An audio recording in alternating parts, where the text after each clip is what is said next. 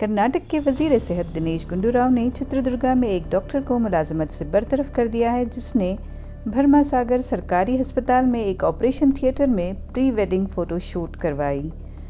राव ने कहा कि सरकारी अस्पताल आवाम की खिदमत के लिए होते हैं, ज़ाती मसरूफियात के लिए नहीं। मैं इस तरह की बेज़ाब्तगी को बर्दाश्त नहीं करूँगा। तमाम डॉक्टर्स, अमले और कॉन्ट्रैक्ट मुलाजमीन को हिदायत के मुताबिक अपनी ड्यूटी अदा करनी होगी। गुंडूराव ने पहले ही डॉक्टर्स और हुक्काम को हिदायत दे रखी है कि वो सरकारी अस्पतालों के अहाते का गलत इस्तेमाल न करें। भरमासागरा सरकारी अस्पताल से मुंसलिक डॉक्टर अभिषेक की ऑपरेशन थिएटर में प्री वेडिंग फ़ोटो शूट की तस्वीर सोशल मीडिया पर वायरल हुई हैं, जिस पर अवाम ने शदीद तनकीद की है।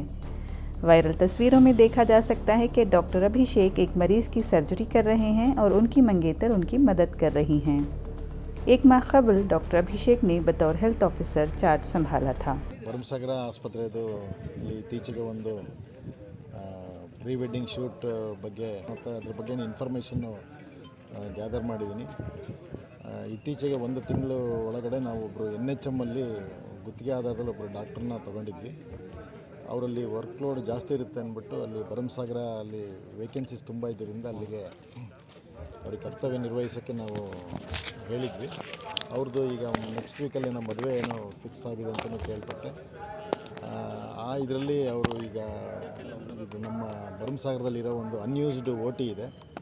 ಅನ್ಯೂಸ್ಡ್ OTನಲ್ಲಿ ಹೋಗಿ ಪ್ರೀ ವೆಡ್ಡಿಂಗ್ ಶೂಟ್ ಮಾಡ್ಕೊಂಡಿದ್ದಾರೆ. ಅದು ಮಾಡಬಾರ್ದಾಗಿತ್ತು. ಅದು ನಾನು ಇದರ ಸಂಬಂಧ ನಮ್ಮ ಅಲ್ಲಿ ಆಡಳಿತ ವೈದ್ಯಾಧಿಕಾರಿಗಳಿಗೆ ನೋಟಿಸ್ ಜಾರಿ ಮಾಡ್ತಿದ್ದೀನಿ. ಕಾರಣ ಕೇಳಿ ನೋಟಿಸ್ನ ಜಾರಿ ಮಾಡ್ತಾಯಿದ್ದೀನಿ.